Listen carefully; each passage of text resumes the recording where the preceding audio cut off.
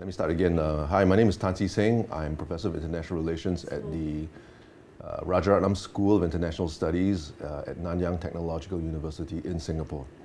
So Seng, thanks for having me. Indeed. My personal opinion is that the TPP should continue.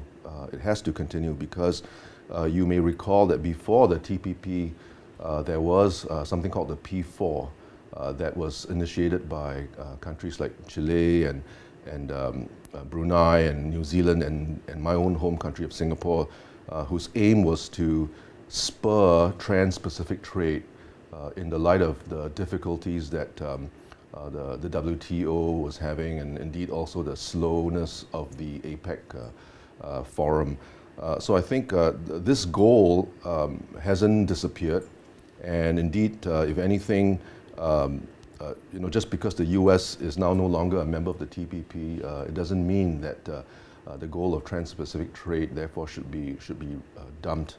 So I think it's important for it to continue. But the question then is that the TPP 11 that remains has to pick up the pieces. It has to move on. It has to continue to progress, and it's not going to be easy, in large part because the U.S.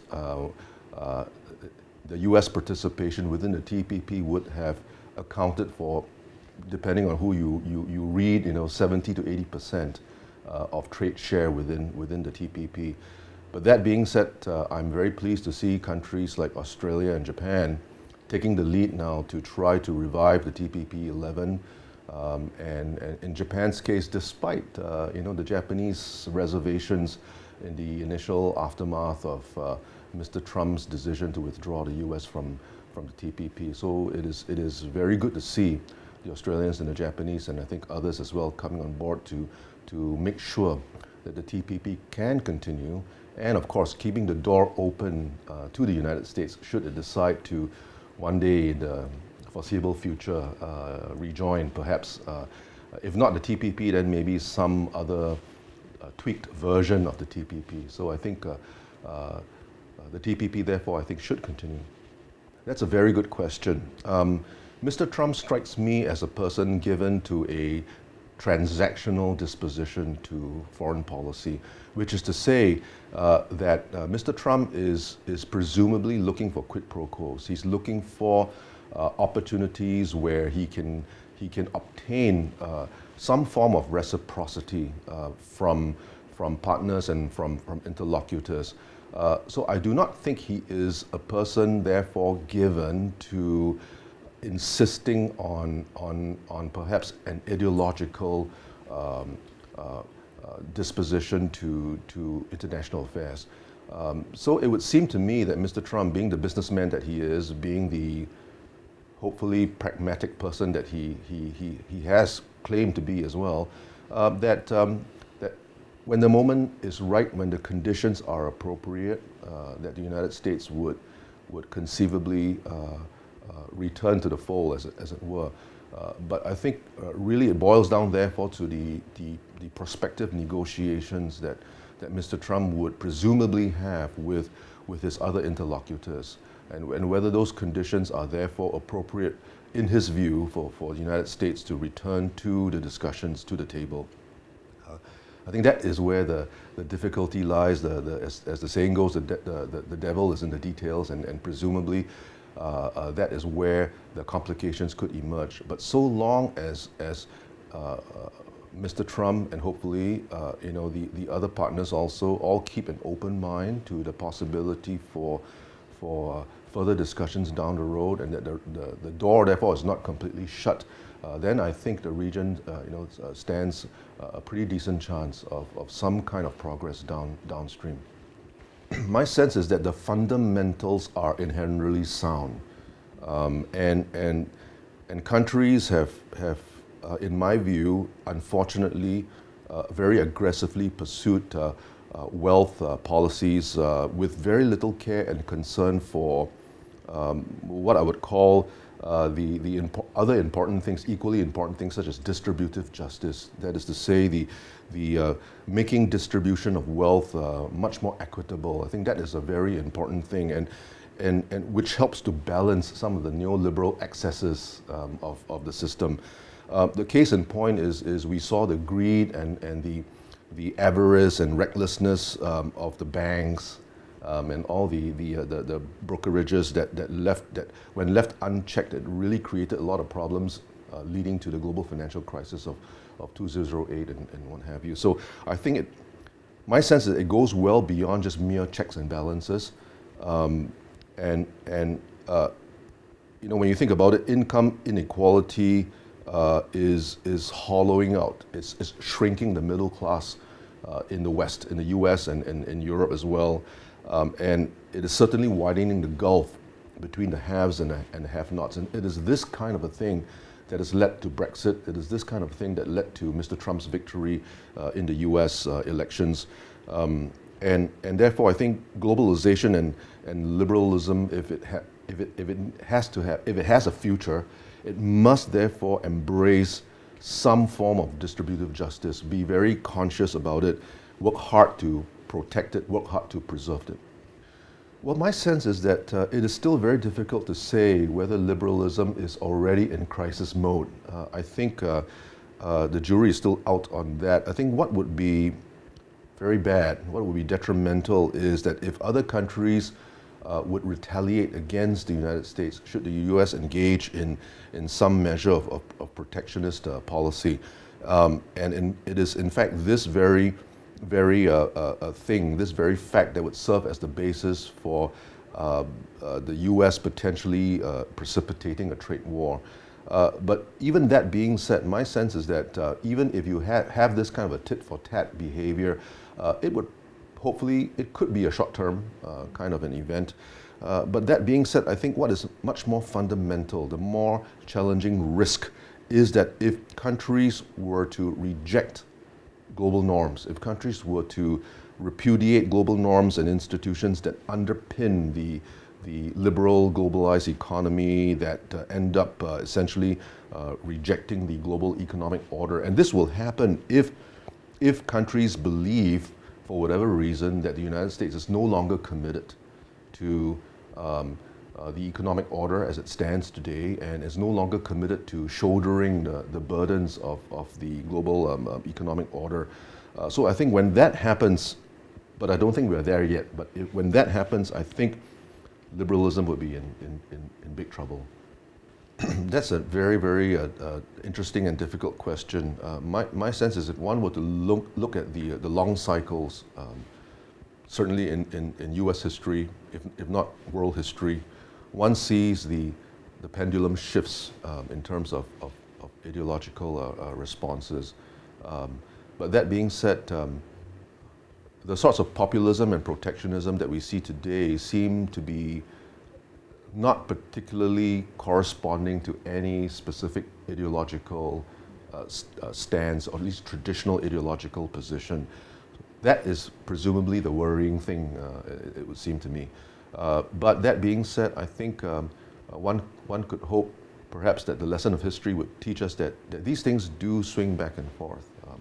And what will be important is for, again, a combination of national leadership as well as the corporate sectors, the civil society working together to present, hopefully, collectively the message that these trajectories, populist trajectories, protectionist, mercantilist, isolationist, that these kinds of things are at the end of the day inimical to the well-being of global order.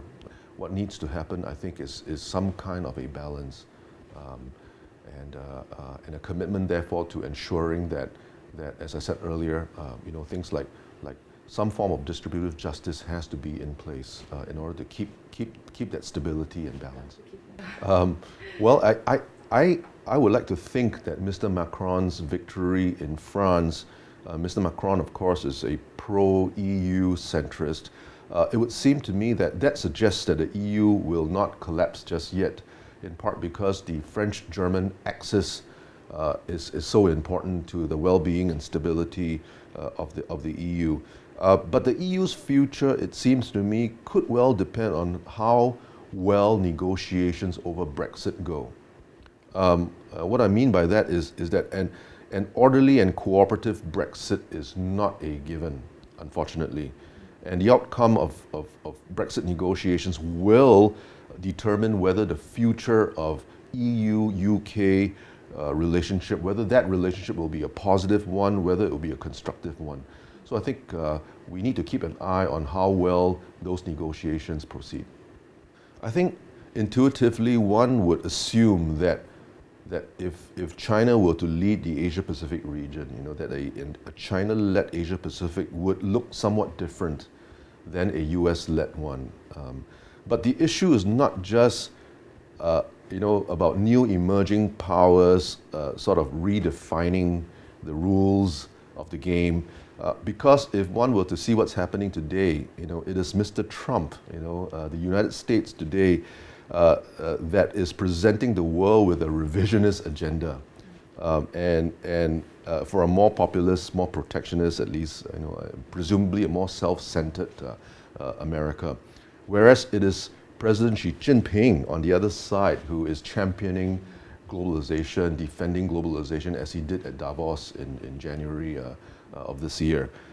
So all that to say that it is by no means a given that established powers would automatically preserve the status quo, whereas rising powers, emerging powers are the ones that are more revisionist in nature. Because looking at America and China today, at least rhetorically, it seems as if the tables have been turned. I think two things come to my mind. The first of which is that it is the dissatisfaction of the people with their personal economic circumstances. It is these things that drive people to support populist and protectionist causes. And there are inherent problems like housing crisis, limited access to education and things of this sort that highlight the sorts of policy failures that need to be addressed at the domestic levels.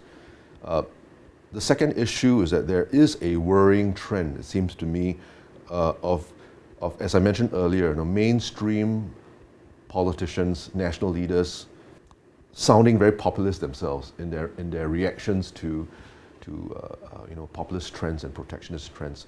So again, going back to the point I made earlier, it seems to me that national leaders would have to make a concerted effort, commitment to ensuring that they themselves do not end up sounding like their opponents. The temptation is there because when you face a disaffected populace, when you face voters that are pushing you to take a particular stance, championing globalization, championing liberalism would be very unpopular in that regard. But it seems to me that there needs to be some level of nonetheless, of commitment to protecting these sorts of values that will ensure that the world does not go off in a direction that is isolationist and becomes problematic unto itself. Well, I think we have already touched on many of these issues, and I guess, as I said earlier, there needs to be a concerted response and rejoinder to a post-Trump, post-Brexit world and this is a role that, as I've proposed earlier, that East Asia can play. That we need to provide a collective, concerted response that will ensure that the values of globalization, the values of a liberal economic order are preserved and maintained.